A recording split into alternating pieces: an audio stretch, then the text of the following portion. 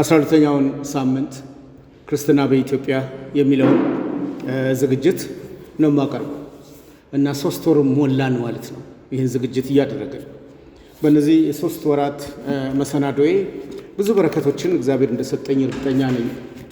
እናንተ ደግሞ አድማጭ ሆናችሁ ተሳታፊ ሆናችሁ በዚህ ፕሮግራም ውስጥ ራሳችሁን ስታገኙ ምን ቁም ነገሮችን ለራሳችሁ እንዳገኛችሁ ላላቅ እችላለሁ።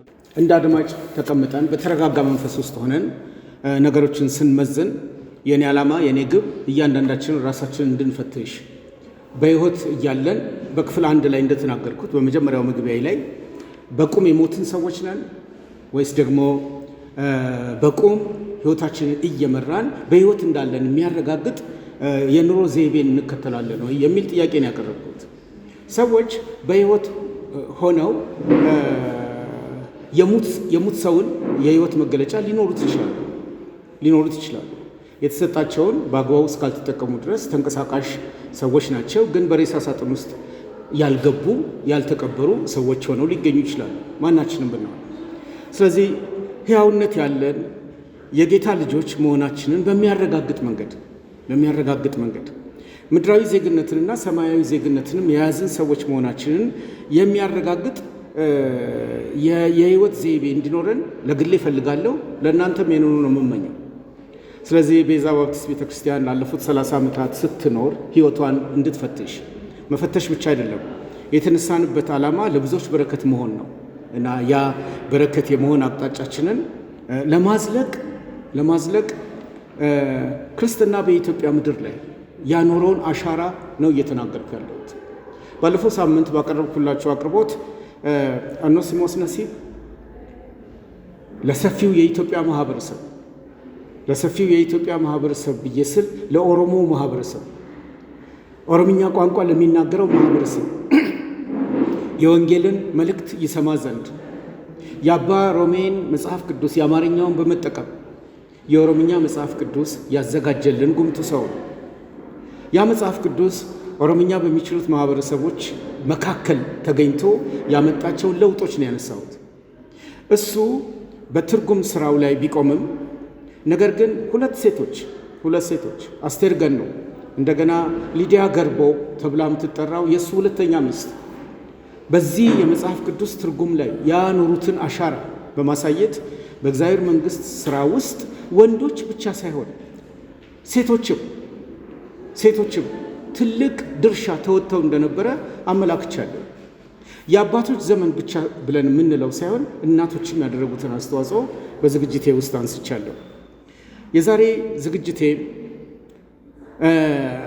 ቀደምት ሚስዮናውያን በኢትዮጵያ ካከናወኗቸው ክንውኖች ውስጥ በተለይም አንድ ፈረንጅን ወስጄ አንድ ስዊድናዊ ሰውን ወስጄ ለእናንተ ማስተዋወቅ ነው። ይህን ሳስተዋውቃችሁ የግለሰብ ታሪክ አንስቶ መናገር ምን ፋይዳ አለው የሚል አንድምታ ያለው ሰው ሊኖር ይችላል። ነገር ግን መንፈሳዊነት የሚገለጠው በሰዎች ተናጥል ሕይወት ውስጥ ነው። የተናጥል ሕይወት ስብስብ ነው ሙሉነትን ይዞ ሊዘልቅ የሚችለው። ስለዚህ ምንጊዜም እግዚአብሔር ታናናሽ በሆኑ ሰዎች የሰራውን ስራ ያልሰማነውን ያላየነውን ግን እኛ ስንኖር መሰረት የጣለልንን ማወቃችን እኛ ወደፊት እንድንራመድ ፈታኝ የሆነ አቅምን በውስጣችን ይፈጥራል። የእግዚአብሔር ጸጋ ለእነሱ በስቶላቸው ይህን ስራ ከሰሩ እኔስ በዘመኔ የሚለውን ነገር እንድንመልስ ነው የምፈልገው። ስለዚህ ዝግጅቴ ለአንዲት አጥቢያ ቤተክርስቲያን ብቻ በመቆርቆር አይደለም። ሁላችን ባለንበት ቦታ ላይ ስንገኝ ልናደርግ የሚገባውን ነገር እንድናስብ ነው የምፈልገው። እንግዲህ የእግዚአብሔር ሐሳብ ከኛ ጋር እንዲሆን አጭር ጸሎት አብረን እንድንጸልይ ይፈልጋለሁ። አመሰግናለሁ ጌታ ሆይ 3 ወራትን 12 ሳምንታትን በዚህ ትምህርት እንድንዘልቅ ረድተናል። በዚህ የተገኙትን ወገኖች እንደምትባርክ እንደባረክም አምናለሁ። እኔ በዝግጅቴ ብዙ ጥቅሞችን እንዳገኝ አግዘኛል። ከወገኖቼ የማገኘውን ፊድባክ በአግባቡ መጠቀም የምችልበትን አቅጣጫ ሰጥተኛል።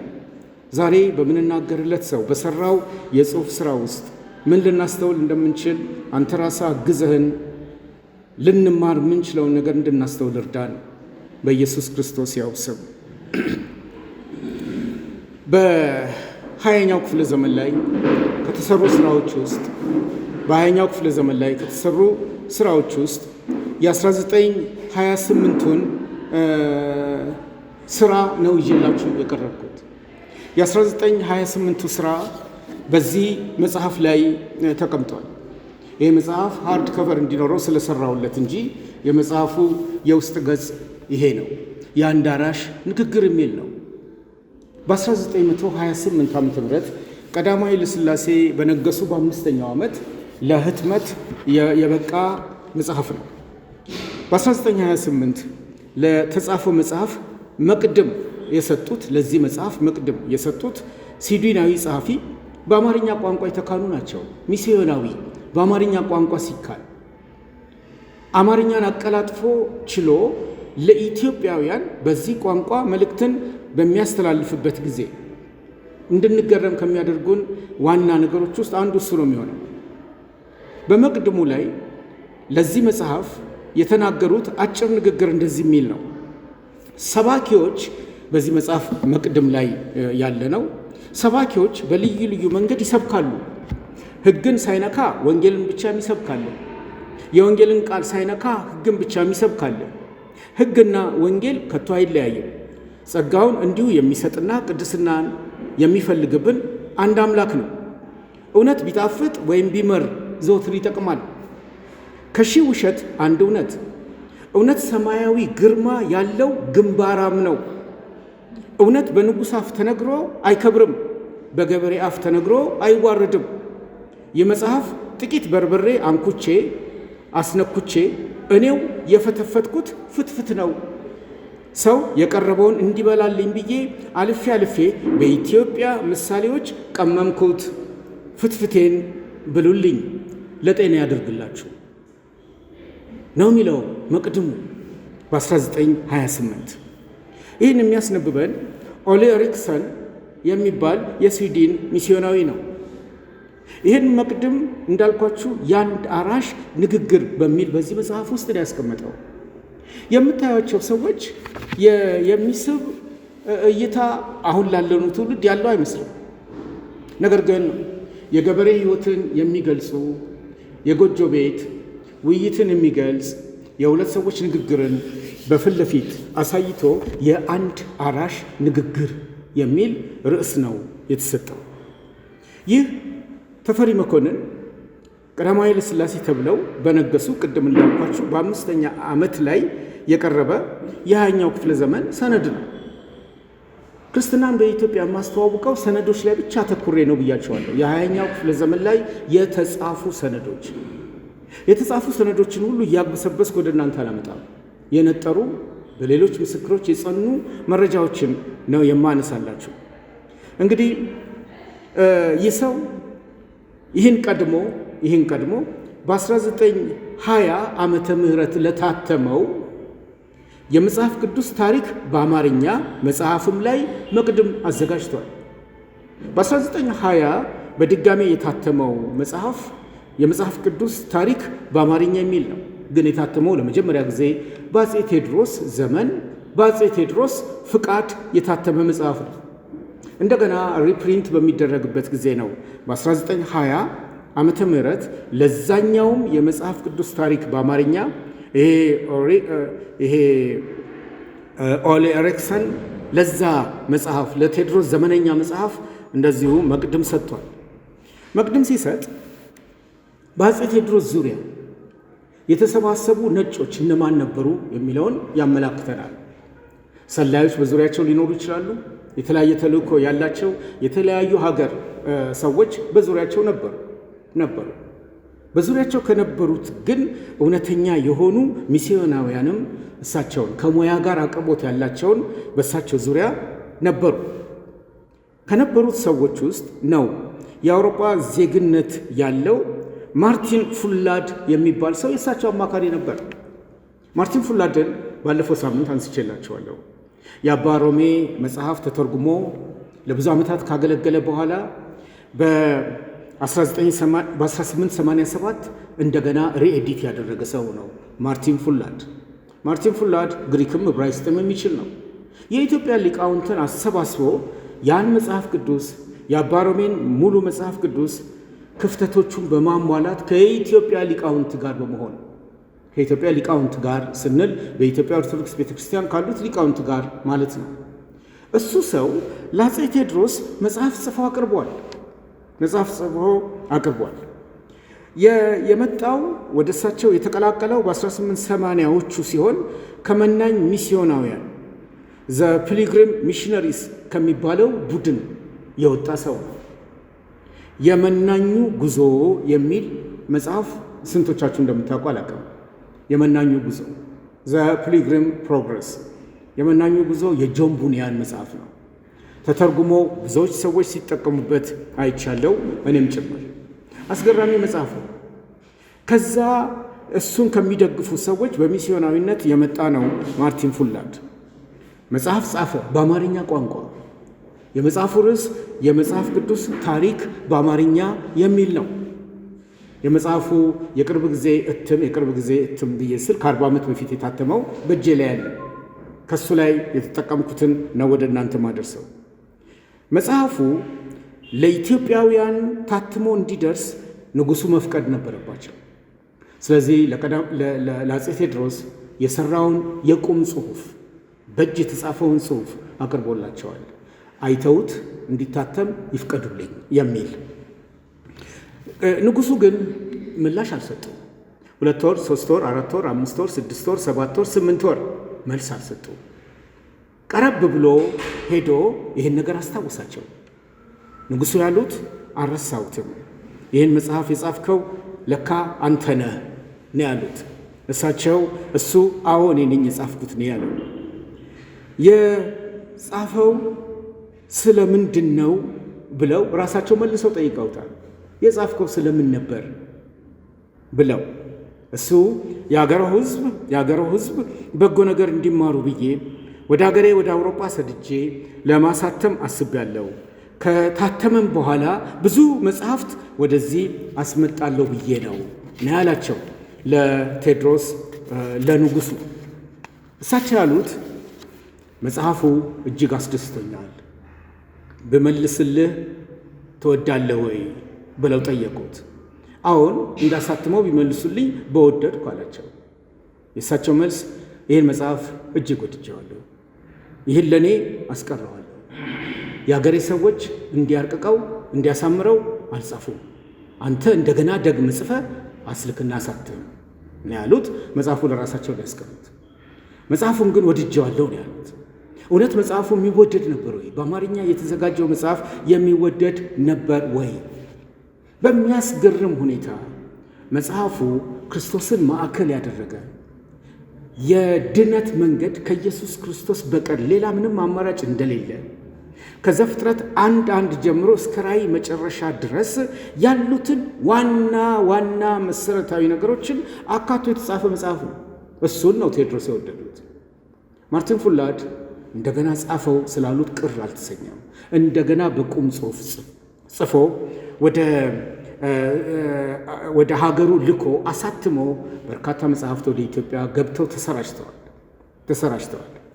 በዚህ መጽሐፍ ላይ የማዕከሉ ዋና ሐሳብ በተለይም አፄ ቴዎድሮስ በመውደድ አልሰጥህም ብለው ያሉለት የመጽሐፍ ቅዱስ ታሪክ በአማርኛ የሚለው መጽሐፍ አብይ ጭብጥ ካነሳሁት ዝርዝር ጉዳይ ጋር ለማያያዝ ምን እንደነበረ አንዳንድ ነገሮችን ቶሎ እናንሳላችሁ።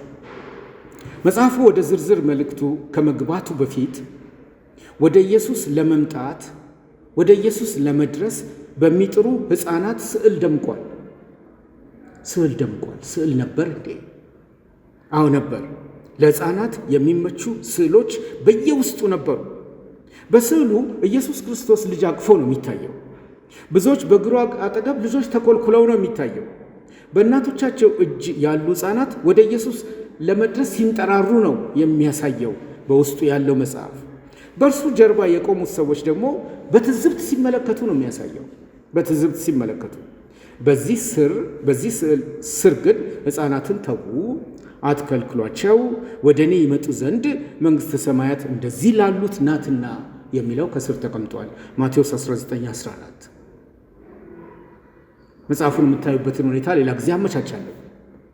ግን ይህን የተቀመጠ ከመጽሐፉ ጋር ትውውቅ ሲደረግ የተቀመጠው የህትመቱ ስራ ውጤት ይህን ስዕል አካቷል። ማቴዎስ 19:14 እንደ እውነቱ ከሆነ ገላጭ ጥቅስ ነው። ስዕሉ መጽሐፉ ለልጆች ጭምር መልእክት ማድረስ መፈለጉን ያረጋግጣል። ስለዚህ እየተላለፈ ያለው መልእክት ከልጆች ጀምሮ በትልቅነት ያሉትንም አጠቃላይ ሊይዝ እንደሚችል ተደርጎ የተሰራ ነው። ልጆች ወደ ኢየሱስ ለመምጣት ሲፈልጉ መከልከል እንደሌለባቸው በስሱ ያመለክታል። በ19ኛው ክፍለ ዘመን መግቢያ ላይ ልጆች በህብረተሰቡ መካከል ሲገኙ ተቀባይነት ሊኖራቸው እንደሚገባ ያ ዘመን እየተናገረ ነው። ስህተቶች ይደጋገማሉ። አሁንም ለልጆች ያለ አመለካከት ብዙ ያልተቀረፈ ሊመስል ይችል ይሆናል። ተቀርፎም ሊሆን ይችላል፣ አላቅም። ለማንኛውም ልጆች ትኩረት የሚሰጣቸው የህብረተሰቡ ክፍሎች እንደሆኑ ይሄ መጽሐፍ አመላክቷል። ከዛ ቀጥሎ አዳምና ሔዋን በኃጢአት እንደወደቁ፣ የአብርሃም መጠራት፣ ይስሐቅና እስማኤል፣ የሙሴ ታሪክ፣ የእስራኤል ልጆች ታሪክ እያለ የብሉይ ኪዳን መጽሐፍት ዋናዎቹ ይተዋወቃሉ። ከዛ ለጥቆ በየውስጡ በርካታ ስዕሎችን ከያዘ በኋላ የዘፍጥረት መጽሐፍን ሲገልጥ እግዚአብሔር በቃሉ ሰማይና ምድርን ፈጠረ። እግዚአብሔር እነርሱን ሳይፈጥር ያለ እነርሱ አንዳች አልነበረም። እግዚአብሔር ከዘላለም ነው፣ የሚወደውንም ሁሉ መፍጠር ይችላል የሚል ካፕሽን ተቀምጦበታል። ይሄ የአባሮም የመጽሐፍ ቅዱስ ላይ የተጻፈው እንዳለ ሲነበብ የሚገልጸው ነው። ሰማይና ምድርን ጥቂት በጥቂት እንጂ በአንድ ጊዜ አልፈጠረም ብሎ ደግሞ ያብራራል። ሰማይና ምድርን ጥቂት በጥቂት እንጂ በአንድ ጊዜ አልፈጠረም። በመጀመሪያ እርሱ ነገርን ሁሉ በልኩ በቁጥሩም በሚዛኑም አዘጋጀ። አሁንም እግዚአብሔር በ6 ቀን ሰማይና ምድርን እንዴት እንደፈጠረ እንስማ ብሎ ይቀጥላል በገጽ 7 ላይ። ለማንኛውም የብሉይ ኪዳን ታሪክን ሰዎች ሁሉ ሊረዱት በሚችሉት መንገድ ጽፎ ነው በቴዎድሮስ እጅ ላይ ያኖረው። ታዲያ በ1880 ዓመተ ምህረት መገባደጃ ላይ የታተመው መጽሐፍ የእስራኤል ልጆች ማንጎራጎርን ያስነብበናል። እስራኤላውያን ያንጎራጎሩበት ታሪክ ነበረ። በሙሴ ላይ የተቆጡበት ታሪክ ነበረ። በእግዚአብሔርና በሙሴ ላይ ባንጎራጎሩ ጊዜ በምድረ በዳ እንሞት ዘንድ እንጀራና ውሃ ወደሌለበት ስፍራ ለምን ከግብፅ ማለት ነው ከምስር አወጣችሁን ባሉ ጊዜ እግዚአብሔር ብዙ ሰው እስኪሞት ድረስ የምትነድፋቸውን ተናካሽ እባብ ለመቅሰፍታቸው ሰደደ። በቅንፍ ብዙዎች ተነደፉ፣ አለቁ። መጽሐፉ ነው የሚለው። ይህን አያይዞ እግዚአብሔር ሙሴን እንዲህ ብሎ አዘዘው፣ የናስ እባብ ሰርተህ በመስቀል ላይ ስቀላት፣ እባብም የነደፈችው ሁሉ ወደ እርሱ ቢያይ ይድናል። ይህን ያለለትን ገለጻ ማርቲን ፉላድ ከዮሐንስ 3 ከ14 እስከ 15 ጋር አያይዞ መጽሐፉ ላይ ይተረጉማል። ከብዙ ዓመታት በፊት ሙሴም በምድረ በዳ እባብ እንደሰቀለ እንዲሁም የሰው ልጅ በእርሱ የሚያምን ሁሉ የዘላለም ሕይወት እንዲሆንለት እንጂ እንዳይጠፋ ይሰቀል ዘንድ ይገባዋል የሚለውን ያብራራል። ወንጌል ክርስቶስን ማዕከል ያደረገ መልእክት በሚስዮናዊው ስራ ውስጥ የሚስዮናዊው ስራ እንዲህ እየተንሸራሸረ ባለበት አለቃ ዘነብ በጎናቸው እንደነበሩ መርሳት የለብንም። አለቃ ዘነብ የጻፏቸውን መጽሐፍት በአራተኛው ሳምንት ስራዬ ላይ እንዳነሳውላችሁ ታውቃላችሁ። ዘነብ ሚስዮን ነክ ባህሪ ያላቸው ለወንጌሉ ተጋልጠው የነበረ በክርስቶስ የማዳን ስራ ላይ ያላወላወሉ ሰው እንደነበሩ መጽሐፋቸው ያስረዳል። የአጼ ቴዎድሮስ ጸሐፊ፣ የአጼ ቴዎድሮስ አፍ ተቀባይ ነበሩ። በትንታኔ ውስጥ እንግዲህ መጽሐፉ የክፍል 1ን የብሉይ ኪዳን ታሪክ ጨርሶ ከዛ ወደ አዲስ ኪዳኑ ታሪክ ነው የሚገባው። በአዲስ ኪዳን ውስጥ ትኩረት ሰጥቶ የሚናገርለት ታሪክ ገብርኤል ወደ ዘካርያስና ወደ ማርያም የተላከበትን የምስራች የኢየሱስ ክርስቶስ የመምጣቱን ታሪክ ይነግርና ስለ ጸጋ ያወራል። ቤዛ ባፕቲስት ትመስለኝ ነበር ጸጋ እያለች የምታሟሙቅ አይደለም። የቀደሙት እነሱ ይህንን በመጽሐፋቸው ላይ አስቀምጠዋል። ቴዎድሮስ የወዱት ዘንድ ምክንያት የሆነው ይሄ ይሆን አላውቅም። መንፈስ ቅዱስ በስራ ላይ ስለሆነ በትምህርቴ ላይ ያስተውላችሁ ከሆነ የመንፈስ ቅዱስ እንቅስቃሴ በ1950ዎቹ አይደለም የመጣው። እሱ ሕጸጽ ያለበት ትምህርት ነው። ወይም ከ1900 ዓመተ ምህረት ሉዛና ላይ ከተፈጠረው እንቅስቃሴ ጋር ምንም አይገናኝም። ከባለ 50 ጀምሮ የእግዚአብሔር መንፈስ ቅዱስ በስራ ላይ መሆኑን ከሚገልጡ ማስረጃዎች ውስጥ አንዱ በዚህም ዘመን የእግዚአብሔር መንፈስ ቅዱስ በሰዎች ሕይወት ውስጥ የሰራው ስራ በቀደሙት ጊዜ እግዚአብሔር ከፈቀደው ሐሳብ ጋር ተጣጣሚ እንደሆነ ማረጋገጥ የምንችለው ጸጋ እየተሰበከ መገለጡ ነው። ስለዚህ ይሄ የማርቲን ፉላድ ኦሊ ኤሪክሰን መግቢያ የጻፈለት መጽሐፍ በኋላ ላይ መልአኩ ጸጋ የሞላብሽ ሆይ እግዚአብሔር ከአንቺ ጋር ነውና ደስ ይበልሽ፣ በሴቶችም ዘንድ የተባረክሽ ነሽ፣ ማርያም ሆይ ከእግዚአብሔር ጸጋ አግኝተሻልና አትፍሪ፣ እነሆ በማኅፀንሽ ትጸንሻለሽ፣ ልጅም ትወልጃለሽ፣ ስሙንም ኢየሱስ ብለሽ ሰይሚው፣ እርሱ ታላቅ ይሆናል፣ የልዑልም ልጅ ይባላል፣ ለመንግሥቱም ወሰን የለውም የሚለውን ነው የሚያብራሩት። ገጽ 118 የአባ ሮሜ መጽሐፍ ቅዱስ በ1830ዎቹ ተጽፎ የነበረው አሁንም ሲነበብ ለሰው ይገባል። የአማርኛ ቋንቋ አርጅቶ አሁን ላይ ያለው ያንን ሳይተካው ቢቀር ሌላ ትርጉም ባይመጣ በዛው መጽሐፍ ብቻ ሰዎች ሊድኑበት እንደሚችሉ ማረጋገጫ የሰጠ ይመስለኛል። ሚስዮናዊ ፉላድና የሥራ አጋሮቹ የሰማርያን ሴት ታሪክ በመጽሐፉ በምዕራፍ 7 ላይ አንስተው አስነብበዋል።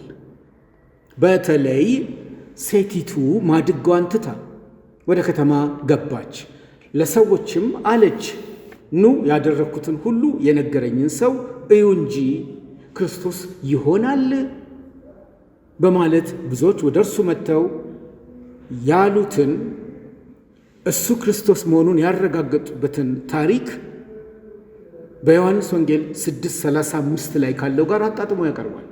አንቺ ስለነገርሽን አይደለም፣ እኛ ግን ከእውነት ጋር ተገናኝተናል ያሉበትን እያሳየ በወቅቱ የነበሩ ኢትዮጵያውያን ይህንን አንብበው እንዲረዱት ሁኔታዎችን ያመቻቻል።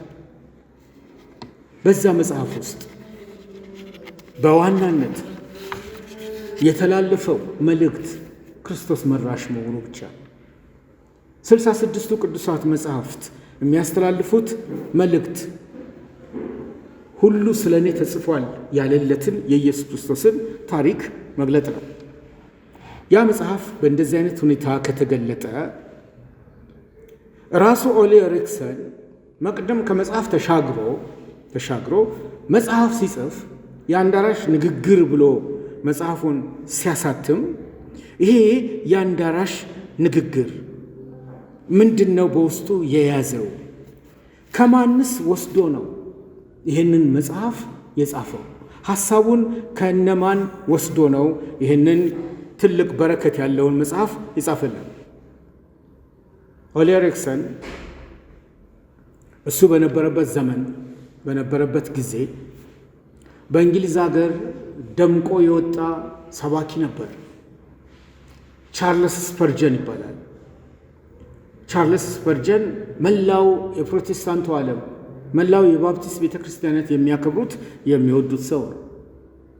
በዚህ በኦሊ ኤሪክሰን ሕይወት ውስጥ ሕይወቱን ሊለውጡ የቻሉ አብይ ነገሮች የተገኙት ከቻርልስ ስፐርጀን ትምህርቶች ነው።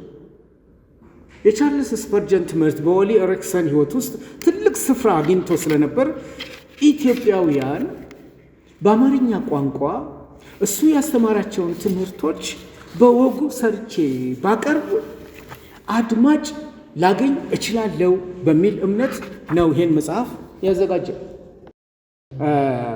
መነሻ የነበረውን ቅድም አንስቼ የነበረውን እንደገና አነበዋለሁ።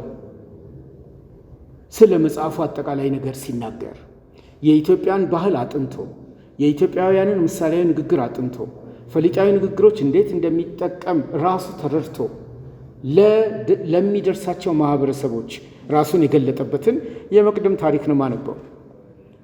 ሰባኪዎች በልዩ ልዩ መንገድ ይሰብካሉ። ሶስቱም መስመር ነው ቅድም ያነበብኩት፣ ሙሉ መስመሩን ማንበብ አለብኝ ብዬ ነው። ሰባኪዎች በልዩ ልዩ መንገድ ይሰብካሉ። ሕግን ሳይነካ ወንጌልን ብቻ የሚሰብክ አለ። የወንጌልን ቃል ሳይነካ ሕግን ብቻ የሚሰብክ አለ። ሕግና ወንጌል ከቶ አይለያዩ። ጸጋውን እንዲሁ የሚሰጥ ቅድስናን የሚፈልግብን አንድ አምላክ ነው። ስኳርና ማር ቢበዛ ያንገፈግፋል፣ ጨው ቢበዛ ይመረናል፣ ይጎፈንናል። ምግብን የሚያመረቃ ይልቁኑ ጨው ነው። በጨው ደንደስ በርበሬ ይወደስ። መድኃኒት ሁሉ ጣፋጭ አይደለም። ኮሶ ላፍ ይመራል፣ በኋላ ጠላትን ይገድላል። ጠላ ቢሉት ሸምጠጥ፣ ኮሶ ቢሉት ሰቅጠጥ። የእንጦጦ መምህር አይናገርም፣ ቢናገርም በዓመት ያውም ኮሶና ሬት ይባላል። እንዳለንጋ ስቅቅ የሚያሰኝ ትምህርት እንኳ አለ። ጅራፍ እርሱ ይገርፋል፣ እርሱ ይለፈልፋል። እውነት ቢጣፍጥ ወይም ቢመር ዘወትር ይጠቅማል። ከሺህ ውሸት አንድ እውነት። እውነት ሰማያዊ ግርማ ያለው ግንባራም ነው። እውነት በንጉሥ አፍ ተነግሮ አይከበርም፣ በገበሬ አፍ ተነግሮ አይዋረድም። መኮንን የማዕረጉን ጉዳይ ያውቃል፣ የእርሻን ሥራ የሚያውቅ ግን አራሹ ነው። ምንም እንኳ ፈንቃይ ቅርንጥስ ቀርፋፋ ቢሆን ዕውቀቱን መቀበል ነው። ገልቱ እንኳ ሳትቀር ማለፊያ ወጥ እኮ ትሰራለች። ክብርት ወይዘሮ እገሊት ወጡን ስላልሰራች ጦም ልናድር። አራሹ ባነጋገሩ ይታወቃል። በቀጥታ ይናገራል እንጂ አቃሞ ለዛ ባለው ቃል መናገር አራሽ አልተማረም። እንግዲህ በዚህ መጽሐፍ ይላል የሚናገር አራሽ በቀጥታ በምጸት በአሽሙር በማላገጥ በአግቦ ጠቅ አድርጎ ደፍሮ ይናገራል። የኢትዮጵያ ምሳሌዎች ጠቅሶ አባያዎችንና ነፍላሎችንም ነሆላሎችንም ቀውላላዎችንም ቀላዋጮችንም ሁሉ ይዘልፋል። በጉጣ ሊያርስ አይወድም። ገበሬና ድግር ቢስማማ ያምር። በትንሽ ማረሻ ትልቅ እርሻ ይታረሳል። የንጉሥ አዋጅ በተዋረደ መሳሪያ ይታወጃል። ዘፈን በከበሮ አዋጅ በደበሎ በቆልማማ እንጨቱ በሰንተል ነጋሪቱ እንደሚባል ትንሽ የሚከብዱ ቃላት አጠቃቀም ቢኖሩም ፈረንጁ ነው እንደዚህ ጻፈው። ፈረንጁ ነው እንደዚህ የተናገረው። ከቻርልስ ስፐርጀን ስራ ወስዶ ከተናገራቸው ነገሮች ውስጥ ስለ ቤት የተናገረውን ላስቀደም። ቤታችን ብሎ የጻፈው ቤታችን የሚል ቃል እንደ ቅኔ ሆኖ ደስ ያሰኛል። ልባችንን የሚነካ እንደ ቤተ ክርስቲያን ደውልና እንደ ሰርግ እልልታ ይመስላል። ቤታችን በሰንበሌጥ የተከደነ የተዋረደ ጎጆ ቢሆን ቤታችን ስለሆነ ከሌላ ቤት ሁሉ ይልቅ እንወደዋለን። ታናናሾች የሚያድጉበት ቤት ከሁሉ ይልቅ ቁም ነገር ያለው ማህበር ነው። በሰዎች ቤት ጽድቅ ቢያድር መንግስትም እንዲሁ በጽድቅ ይመራል። እንደ ሀገር ቤቶች ይሄ ተመሳሳይ ነገር በሁሉ ዘንድ ካለ ሀገር ፍሬያማ ትሆናለች። ስለዚህ ልጆቻቸውን በመልካም አስተዳደግ የሚያሳድጉ ወላጆች መንግስትንና ሀገርን የሚጠቅሙ የሕዝብ ባለሙያዎች ናቸው ይላል ከገጽ 8 እስከ 11። ስለ ልግመኛስ የተናገረው ምንድን ነው? መንፈሳዊ ቸልተኝነትና ልግም አንድ ናቸው።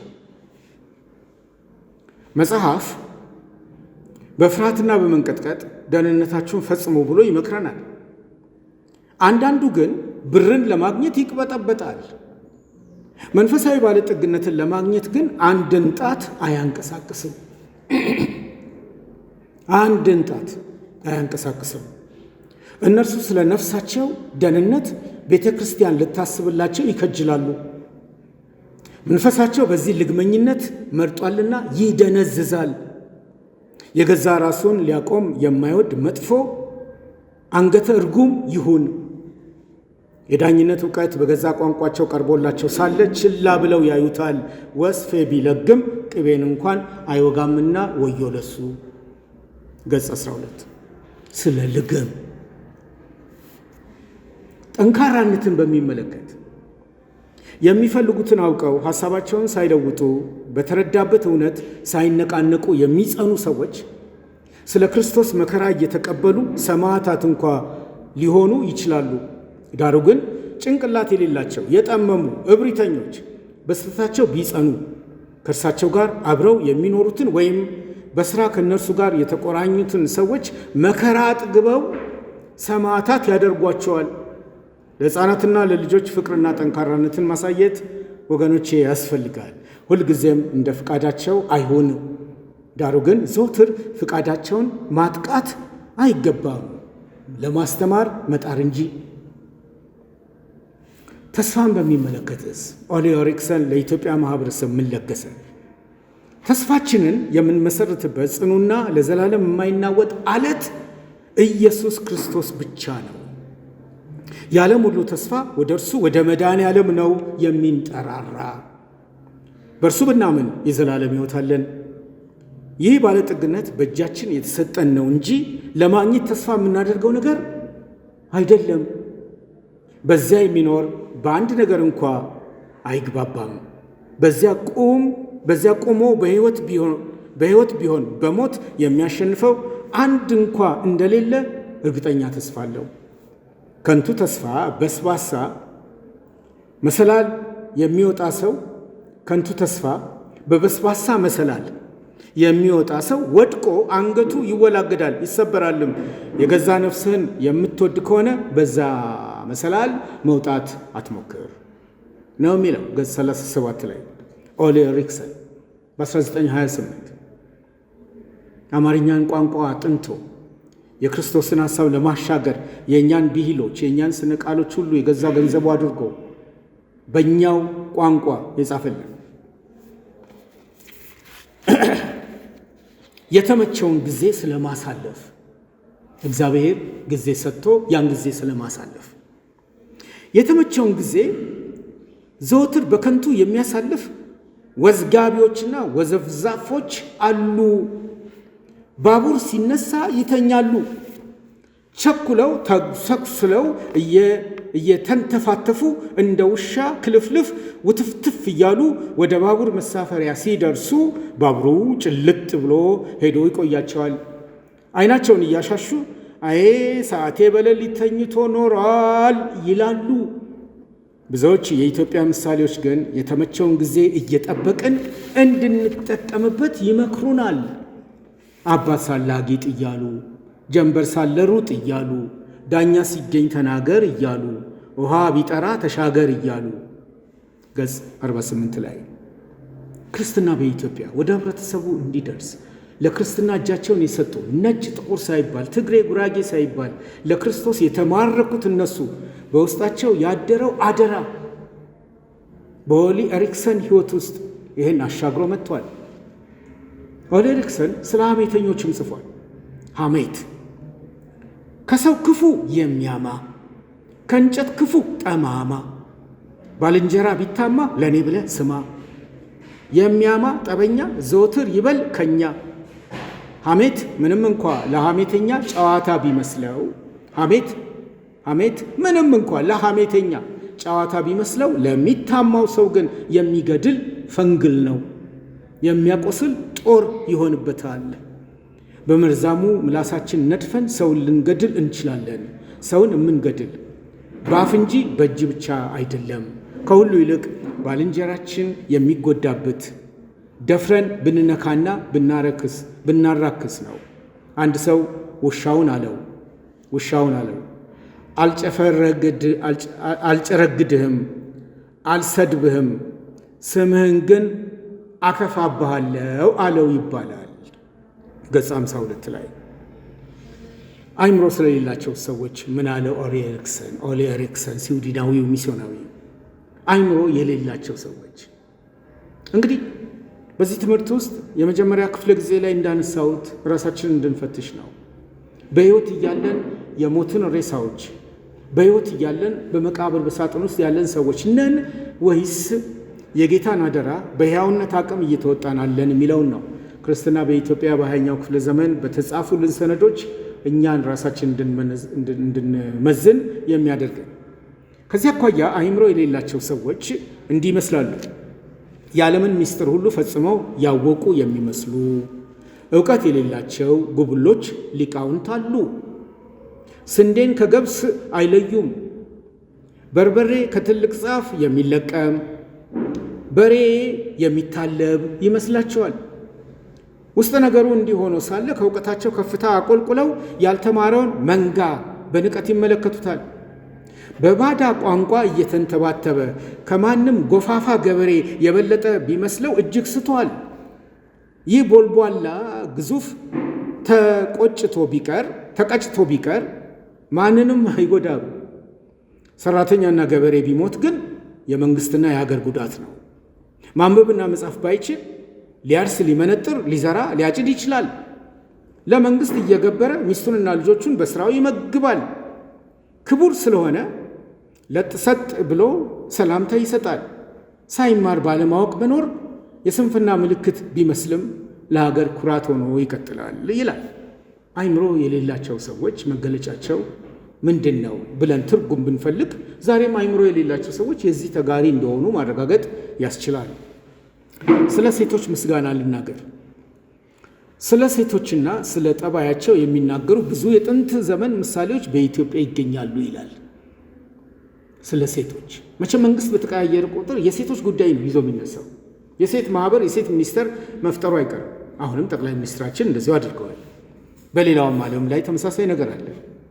ግን ኦሊ ኤሪክሰን ስለ ሴቶች ምስጋና ሲያቀርብ እንዲህ ይላል። ስለ ሴቶችና ስለ ጠባያቸው የሚናገሩ ብዙ የጥንት ዘመን ምሳሌዎች በኢትዮጵያ ይገኛሉ። ከሴት መምከር ደግሶ መስከር። ሴት ገበያ ቢያመቻት ልጇን ትሸጣለች። የሴት ቀውላላ አንዱን ጥላ አንዱን አንጠልጥላ። እነዚህን ምሳሌዎች በምጸትና በሹሙጥ በቀድሞ ዘመን ስለነበሩ ሴቶች ይናገሩ እንጂ ስለ አሁኑ ስለ ጠቢባን ሴቶች የሚናገሩ አይመስለኝም። ይልቅስ የሚነቃቃና ወደፊት የሚያስኬድ የበሰሉ ንግግሮች በሴቶች ላይ ተሰርተዋል። ወንዶች ስለ ክፉ ክፋትን በሴቶች ላይ ላከኩ። መጽሐፍ ቅዱስ ከኢዮብ ሚስት፣ ከንጉሥ አካብ ሚስት፣ ከኤልዛቤል በቀር መቼ ስለ ክፉ ሴቶች ተናገረ?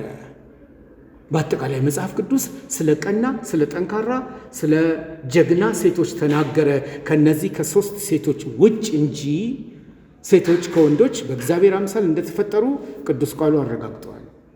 ከ1928 በፊት በኢትዮጵያ የነበረው ግን ሴትን ያጣጥላል። ይህን ማረም ተገቢ ነው የሚለው። አሁንም በሴት ላይ የሚያጠኑ ኢትዮጵያውያን ይህን መፍትሄ ነው የሚሰጡት። ግን ተቀድመዋል። ግን ቀድሞ የተሰሩ ክርስቲያናዊ ስራዎች ነበሩ። እነሱን አይናቸውን ገልጠው ቢያዩ ጥሩ ነበር። ስለ መቃብር ላውራ። የመቃብር መታሰቢያ ስንቶቻችሁ ሐውልታችሁ ላይ የሚጻፍ ነገር ምን እንደሆነ ከአሁኑ አስባችኋል? ባረፋችሁ ጊዜ በመካነ መቃብራችሁ ላይ ሰውሎ እንዲያነብላችሁ የምትፈልጉት ቃል አሳጥራችሁ አሳውቁኝ ብል የምትነግሩኝ ቃል አለ ከአሁኑ ያዘጋጃችሁት በመቃብራችን ላይ? አይ ምንም አያስፈልግም ካላችሁም ጥሩ ነው። ለማንኛውም የመቃብር መታሰቢያን ኦሊ ኤሪክሰን በተለይ ከቻርልስ ስፐርጀን ትምህርት ጋር አጣጥሞ እንደዚህ ይላል። ስም ከመቃብር ላይ፣ ልብስ ያምራል በሰው ላይ።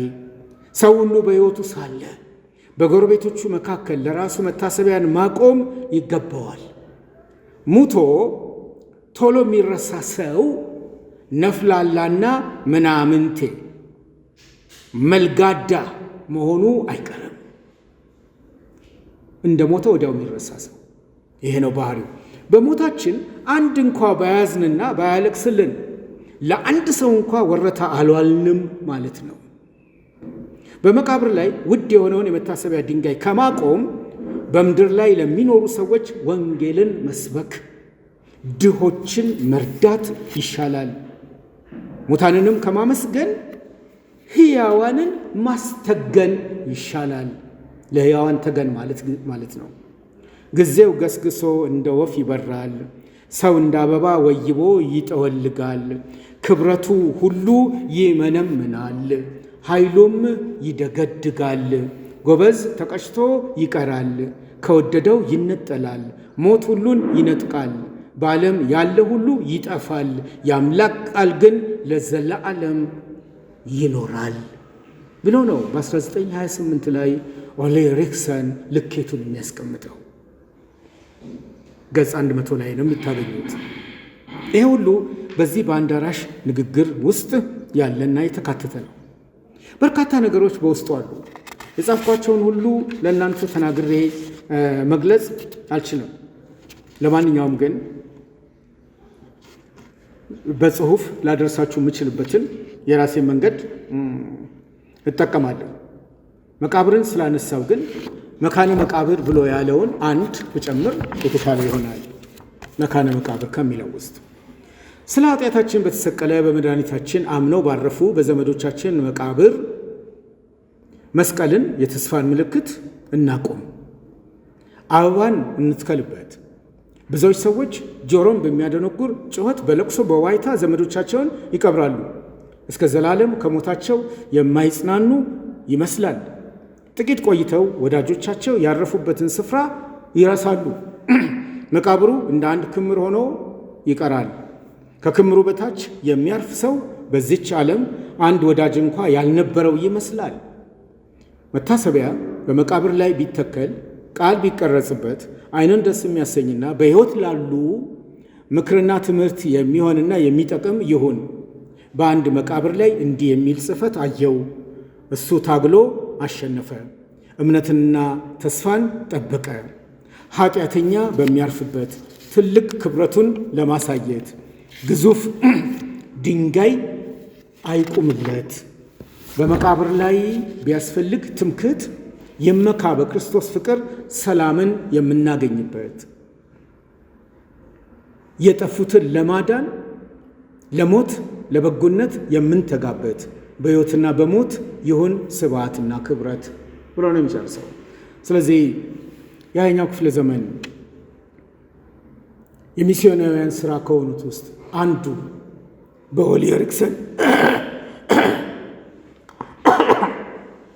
በኦሌ ኤሪክሰን የተጻፈው የአንዳራሽ ንግግር ነው። ይህን የአንዳራሽ ንግግር የሚለውን መጽሐፍ ግን እንዴት ላገኘው ቻልኩ? ሳንፎርድ ተቀጥሬ ገና ወር ባልሞላ ጊዜ የሳንፎርድ አይረቤ የሚባሉ መጽሐፎች ሁሉ ተሰብስበው በኪሎ ሊሸጡ አንድ ክፍል ውስጥ ተከማችተዋል። አሁን በሕይወት የሌለው አቶ መኮንን ወንድሙ መጽሐፍ እዛ ተከምረዋል፣ ከመወገዱ በፊት አይታርክ አለኝ እና ሄጄ ስፈላልግ ይህን የአንዳራሽ ንግግር የሚለውን አገኘው እና መቅድሙን ሳይ ማረከኝ። ወደ ቤቴ ይዤ መጣሁ እና ለበረከት ሆነልኝ።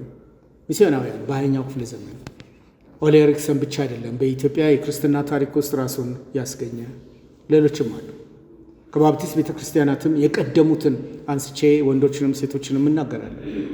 እንግዲህ የግለሰብ ታሪክ አንስተን እንደምንነጋገር ሳይሆን እግዚአብሔር ግለሰቦችን ስለሚጠቀም ያልታሰቡትን ሰዎች ለክብሩ ስለሚያውል በኢትዮጵያ ታሪክ ውስጥ ይሄ ሰው ከስዊድን አገር አቋርጦ መጥቶ የእኛን ቋንቋ አጥንቶ ከማጥናት በላይ ሀሳቡን ሊገልጽ በሚችል አቅም ልክ ተገኝቶ ከሱ በፊት የነበረው ማርቲን ፉላድ ለቴድሮስ ቻሌንጅ የሚያደርጋቸውን ሰርቶ የአባ ሮሜን መጽሐፍ አርሞና አስተካክሎ እሱን አብሮ ከጎኑ የቆመለት ኦሌ ኤሪክሰን ደግሞ ይህንን ሰርቶልን አልፏል። ከሰራቸው ስራዎች ውስጥ አንዱን ብቻ ነው ያነሳሁት። ሰነድ ነው የማቀርበው።